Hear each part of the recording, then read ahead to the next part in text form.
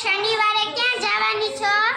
હું તો સાંજે શનિવારે છે ને બજારમાં જવાની છું. તને કાંઈ ખબર નથી? ના રે ના. આ મારી રાધા ને તારી વૈશાલી ઝાંસીની રાણી સ્કૂલ છે ને એમાં ફૂડ ફેસ્ટિવલ છે. એટલે શું? એમાં જમવાનું હોય. પાવ ગાંઠિયા હોય, પાણીપુરી હોય, છાશ હોય, ભૂંગળા બટેકા હોય, નૂડલ્સ હોય, મેગી હોય, છાશ હોય ને બધુંય હોય. તો આપણે જાશું અને પછી એમ નામ નહીં હો, 100-200 રૂપિયા લાવજે. એ સારું. કેટલા વાગે? ક્યારે?